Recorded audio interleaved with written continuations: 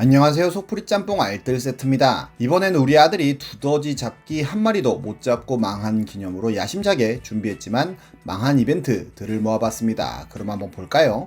첫 번째는 팔도 비빔면입니다. 올해 옷소매 붉은 끝동이 굉장한 인기를 모으면서 이준호의 인기는 말 그대로 탑 오브 탑이었습니다. 많은 광고를 촬영하여 인기를 증명하기도 했었는데요. 그중 하나가 팔도 비빔면이었는데 팔도에서는 이준호를 활용한 이벤트를 굉장히 많이 합니다. 팔도 비빔면 쉐이커라는 굿즈를 만들어 판매한 것은 시작이었는데요. 6월 11일에 준호의 팬사인회를 오프라인으로 진행하면서 50여 명을 추첨을 통해 참여 인원을 선발한다는 발표를 합니다. 그런데 그 추첨 방법이 조금은 독특했는데요. 팔도 비빔면이 5개 들어있는 한 봉지를 사면 거기에 포토카드가 한 장씩 들어있는데 팔도라고 쓰여있는 카드와 비빔면이라고 쓰여있는 카드를 조합하고 이를 SNS에 인증해야만 팬사인회에 응모할 수 있는 기회를 얻을 수 있었다고 합니다. 비빔면과 비빔면을 조합하면 불가능하다고 확실하게 못을 박아놓고 시작을 합니다. 보통 아이돌 가수들의 앨범을 많이 사야만 팬사인회 기회를 주는 방식의 상수를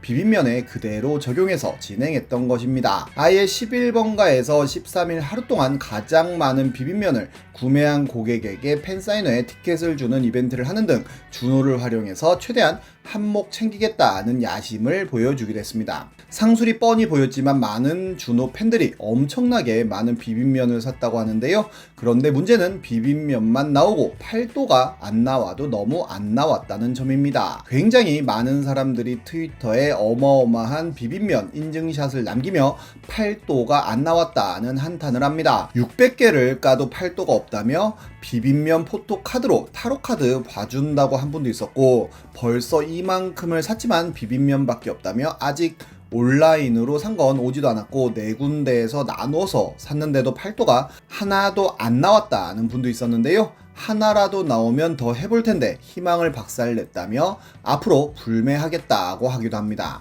심지어 집 앞 공원에서 지나가는 사람들한테 비빔면을 무료로 나눔했다는 분까지 나왔는데 사람들이 비빔면을 받아가면서 팔도에서 나왔냐고 물어보기도 했다네요. 결국 그 당시 당근에는 엄청나게 많은 비빔면들이 올라왔었고 팔도가 쓰여있는 전설의 아이템은 중고나라에 비빔면 수십 개 가격으로 팔리기도 했습니다. 이게 어마어마하게 욕을 먹자 팔도 관계자는 팔도가 쓰여있는 카드의 비율은 공개할 수 없지만 판매량을 올리기 위해 확률을 조작하지는 않았다고 밝혔고 팔도와 비빔면 조합으로 응모한 분이 총 3,700명 정도였다고 밝힙니다. 결국 이렇게 가정이 쓰러지는 소리라며 패러디물이 나오기도 합니다. 비빔면 구매왕으로 티켓을 받은 사람은 하루 동안 230만원을 썼다고 하는데요. 600봉지 사신 분보다 덜 쓰고 티켓을 받으신 것 같네요. 이건 망했다기보다는 욕을 어마어마하게 먹은 케이스라고 볼 수 있을 텐데 이렇게 준호 마케팅을 했음에도 오히려 판매량은 작년보다 줄었다고 합니다. 다음은 맘스터치 마이애미 이벤트입니다. 올해 8월 맘스터치에서는 마이애미 프로필 사진전을 개최합니다. 전국의 어머니들 프사로 사진전을 개최한다고 한 건데요. 엄마의 카톡 프로필 사진을 캡처하고는 해시태그를 써서 인스타그램에 업로드하는 이벤트였는데 선착순으로 스낵볼을 증정하고 인기 투표를 통해 우승자에겐 효도용 꽃다발과 맘스터치 상품권을 준다는 이벤트였습니다. 왕중왕전 우승자에게는 100만원 여행 상품권을 지급한다고도 했는데요. 맘스터치에선 에미는 경남 지방에서 사용되는 어미의 사투리를 활용한 표현입니다 라는 문구를 쓰기도 했지만 이미 롤 같은 게임에서 많은 부모님들의 안부를 물어보는 문화가 생겨났고 이 단어가 그렇게 긍정적으로 쓰이지 않고 있는 요즘 상황에서 마이애미라는 단어 선정은 과하다는 의견들이 줄을 이었습니다. 게다가 엄마 동의도 받지 않고 엄마 카톡 프로필 사진을 캡처해 올리는 건 초상권 위반 아니냐는 의견도 올라왔습니다. 결국 폐륜 논란을 일으킨 맘스터치는 바로 이벤트를 조기 종료시켰고 사과문을 올리면서 마무리하게 됩니다.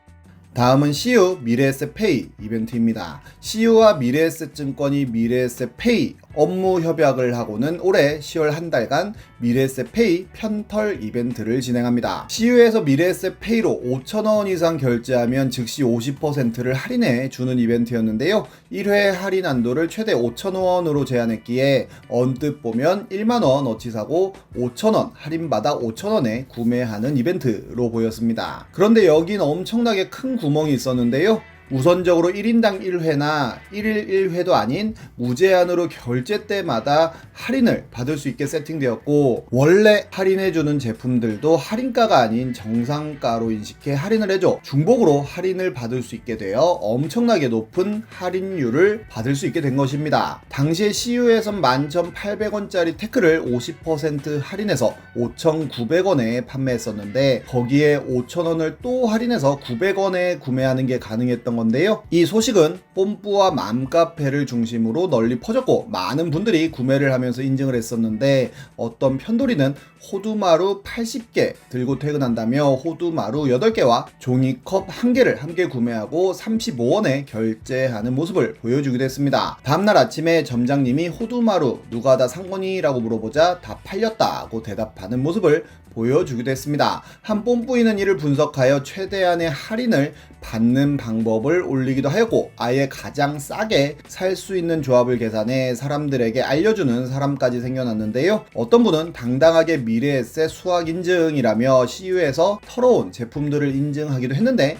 동네에 있는 CU를 다 털었다고 합니다. 개인적으로는 여기 있는 거 다 못 먹고 나중에 버릴 것 같기도 하네요. 결국 한 달 동안 하기로 했던 편털 이벤트는 말 그대로 레알 편털을 보여주고는 열흘 만에 조기 종료합니다. 이렇게 사람들이 착하다고만 생각하고 시작했다가 망한 이벤트는 중국에도 있었는데요. 2018년 중국의 잠언얼허거라는 허거 식당은 한 달에 2만원 정도만 내면 무제한으로 밥을 먹을 수 있는 허거 자유이용권 카드를 발급했다고 합니다. 10일 동안 약 1,700장의 카드를 판매했고, 사람들은 오픈 3시간 전부터 줄을 서서 먹었다고 합니다. 식당 주인은 어느 정도 적자를 감수하더라도 충성 고객을 확보하고 인지도를 높이자는 계획이었는데, 손님들의 욕심은 식당 주인의 상상을 훨씬 초월했습니다. 아침, 점심, 저녁, 야식을 모두 허거로 해결하는 사람이 있는가 하면 한 장의 회원카드를 여러 명이 돌려쓰면서 사용하기도 하고, 심지어 몰래 음식을 포장해 가기도 한 건데요. 결국 적자를 못 견딘 사장님은 열흘 만에 50만 위안, 우리 돈 1억에 가까운 손해를 보고는 식당의 문을 닫았다고 합니다. 그런데 손님들이 몰려와 잠언얼허거 힘내라 같은 응원 메시지를 붙였고, 결국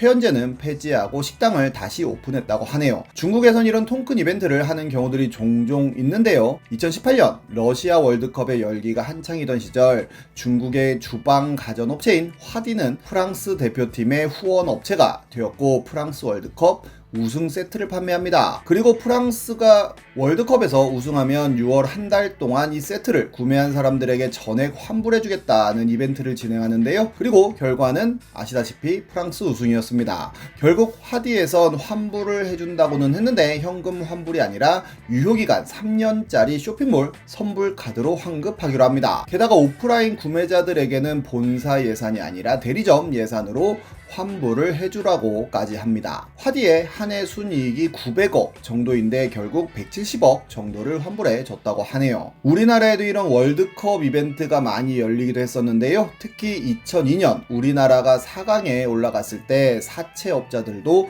이자를 낮춰줄 정도로 굉장히 많은 이벤트가 있기도 했습니다. 2002년 판타그램이라는 곳에서는 리니지 비켜를 외치며 샤이닝 로어라는 게임을 내놨었는데 5달 만에 100만 명이 넘는 사람들이 접속하는 등 큰 성공을 거두고 있었습니다. 그런데 월드컵이 시작되며 모두가 국대 유니폼 입고 응원하자라며 국대 유니폼을 드롭하는 이벤트를 합니다. 잡몸만 잡아도 그냥 떨어질 정도로 국대 유니폼은 흔한 아이템이었는데요. 그런데 판타그램은 승리할 때마다 2배로 방어력을 올려주는 옵션을 집어넣습니다. 그런데 4강까지 가버렸고 방어력은 8배가 되어버립니다. 그렇게 국대 유니폼은 게임에서 구할 수 있는 있는 최강의 괴물 방어구가 되어버렸고 결국 뉴비부터 고인물까지 모두가 축구복만 입는 축구게임이 되어버립니다. 월드컵이 끝나고 판타그램에선 축구복의 레벨 제한을 대폭 올리고 대련이라는 시스템을 도입해 축구복을 최대한 없애려고 했지만